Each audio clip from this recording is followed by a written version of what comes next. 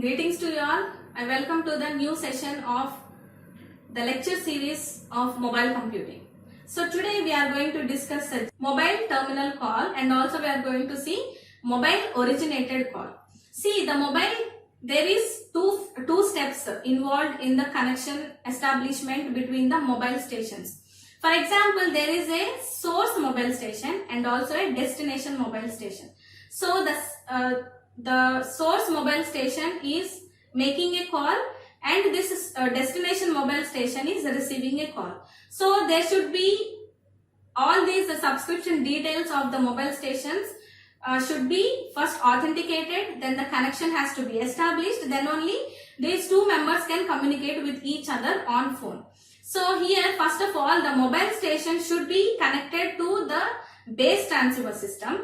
Base transceiver system to the base station controller to the mobile switching center. So this mobile switching center is connected to the public switched telephone network or packet data center. Okay, if you are on mobile, you can use any sort of services, right? You can make a voice call on phone or you can browse the internet or any sort of service you can use. So this is the first process. So the reverse process is from the PSTN, the mobile switching center should be connected. Mobile switching center should be connected, should have this base station controller. Base station controller will have base transceiver system. This base transceiver system will hold this destination mobile station. That is how the source mobile station is connected to the PSTN, and PSTN should also identify where this destination mobile station is connected, so that the source mobile station and destination mobile station can connect with each other and they can transmit the voice data on phone. Okay, so here we are going to discuss the connection establishment between the mobile station to the PSTN and also from PSTN to the mobile station. Okay, so mobile originated call is between the mobile station and the mobile switching center, whereas this mobile terminated call is between mobile switching center and the mobile station. Okay, so here we have different steps involved in mobile terminated call. The first step is user dials the phone number of the GSM subscriber. Step 2 is the fixed network, that is public switched telephone network identifies that particular number belongs to a user in the GSM network and forwards the call setup to the gateway mobile switching center. So step 3, the gateway mobile switching center identifies the home location register for the subscriber and signals the call setup to the home location register. Next one, this home location register checks for the number existence and its subscribed services and requests a mobile station roaming number from the current VLR. Next step, VLR sends the roaming number to the HLR. Upon receiving this roaming number, the HLR determines the mobile switching center responsible for the mobile station and forwards the information to the gateway mobile switching center. So in step 7, the gateway mobile switching center can now forward the call setup request to the mobile switching center indicated. In the next step, the mobile switching center requests the VLR for the current status of the mobile station. So in step 9, VLR sends the requested information. In step 10, if mobile station is available, the mobile switching center initiates paging in all cells it is responsible for. In step 11, the BTS of all the BSS transmit the paging signal to the mobile station. And in step 12 and 13, if the mobile station answers, the visitor location register performs the security checks. In step 15 to step 17, the visitor's location register signals to the mobile switching center to set up a connection to the mobile station. Now let's see the mobile originated call. Right? So in the diagram you can observe we have the public switched telephone network, gateway mobile switching center, next mobile switching center, visitors location register, right? Also we have BSS and MS. So in first step, the mobile station transmits a request for a new connection. In the second step, the BSS forwards this request to the MSC. In step 3 and step 4, the mobile switching center then checks if this user is allowed to set up a call with the requested and checks the availability of resources through the GSM network and into the PSTN. So if all resources are available, the mobile switching center sets up a connection between the mobile station and the fixed network. So in addition to the steps mentioned above, so other messages are exchanged between an mobile station and the base transceiver system during connection setup. So now we are going to discuss message flow for mobile terminated call and mobile originated call handover. Okay. So cellular systems require handover procedures as single cells do not cover the whole service area.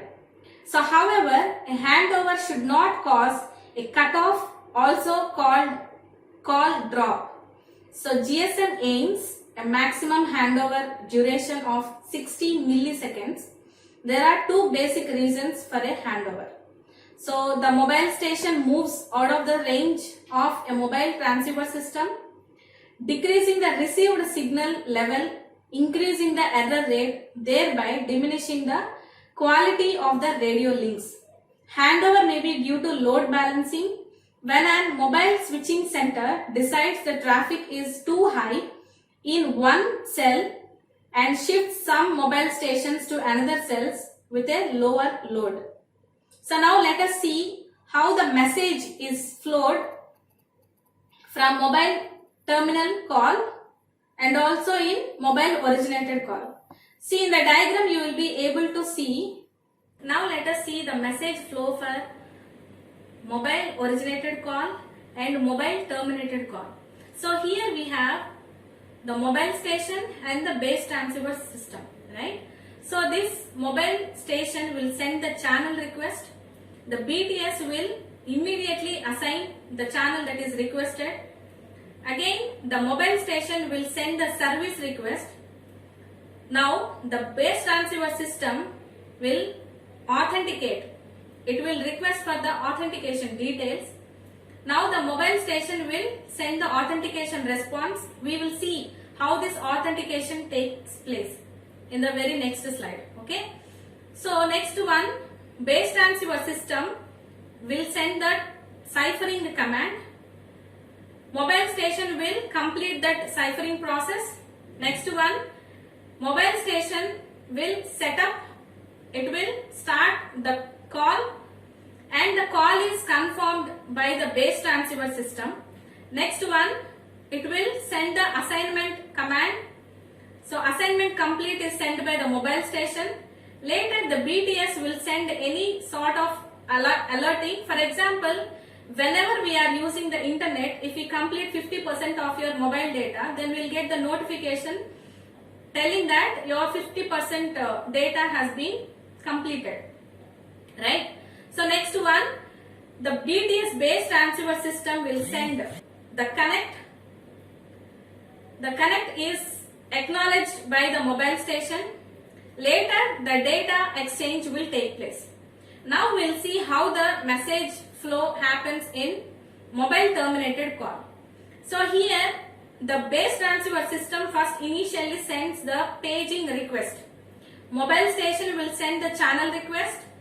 The channel request is immediately assigned by the base transceiver system. Mobile station will send the paging response. Base transceiver system will send the authentication request, whereas mobile station will respond to that by sending the signed response by using different algorithms, by using key and the random number, right? We will see that in the next session. So here the setup call is set up. The mobile station will confirm the call. Now the base transceiver system will send the assignment command. Mobile station will send the assignment complete. Next one, base transceiver system will get some alerts from the mobile station, then it will connect, the connection is acknowledged, finally the data exchange will take place between the mobile station and the BTS. Okay. Next one, we will see handover. So handover refers to the process of transferring an active call or data session from one cell in a cellular network to another, or from one channel to the another in a cell. Okay. So handover or handoff. It is the changing of point of connection while communicating. So in the diagram you can see there are different scenarios of handover. So in the first diagram you will be able to see the car is in the area A. So that is before handoff. In diagram 2 you will be able to observe that car is changed. Car has traveled to the next area, other area. So that is after handover. See, before handover the car is held by the tower that is present in area A, whereas after handover the car is held by the tower that is present in area B.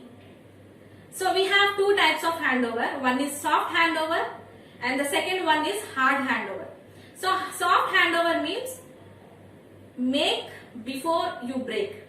That means you should break the, you have to make the connection with the tower that is present in area B.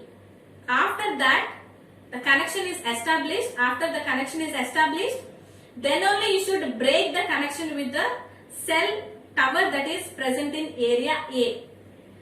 So whereas hard handover, it is opposite to soft handover.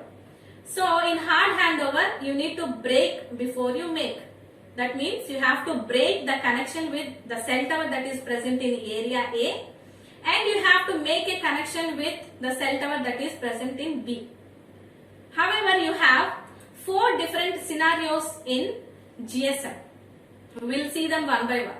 So in the diagram you will be able to see 4 scenarios. So cellular systems require handover procedures.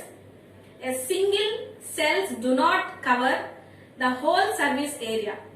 However, a handover should not cause a cutoff, a call cutoff, also called a call drop. So GSM aims at maximum handover duration of 60 milliseconds. So reasons for handover is mobile station moves out of the range of base transceiver system. So handover may be also due to overloading.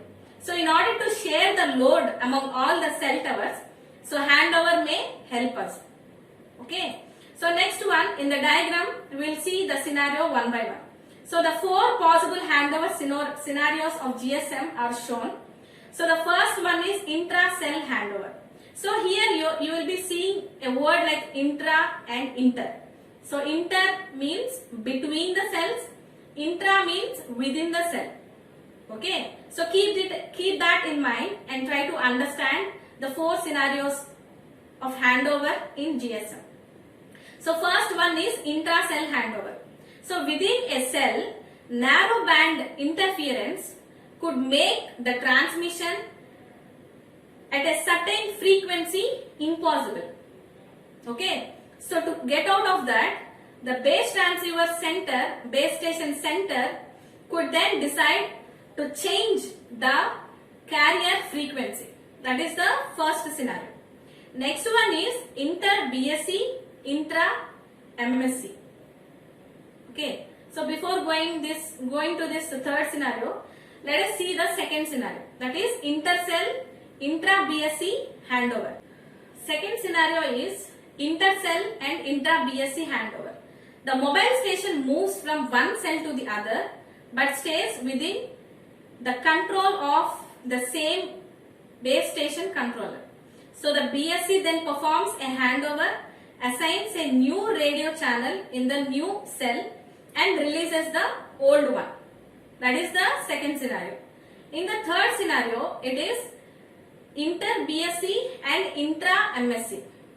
So As a BSC only controls a limited number of cells, GSM also has to perform handover between the cells that are controlled by different base station controllers. This handover then has to be controlled by the mobile switching center. That is the third scenario. So fourth scenario is inter-MSC handover. So a handover could be required between two cells belonging to different mobile switching centers. So now both the mobile switching centers perform the handover together. That is the fourth scenario.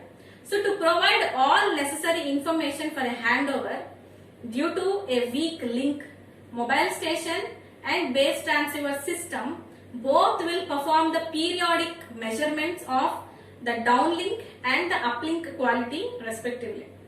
So the measurement reports are sent by the mobile station about every half second and contain the quality of the current link used for the transmission as well as the quality of certain channels in neighboring cells.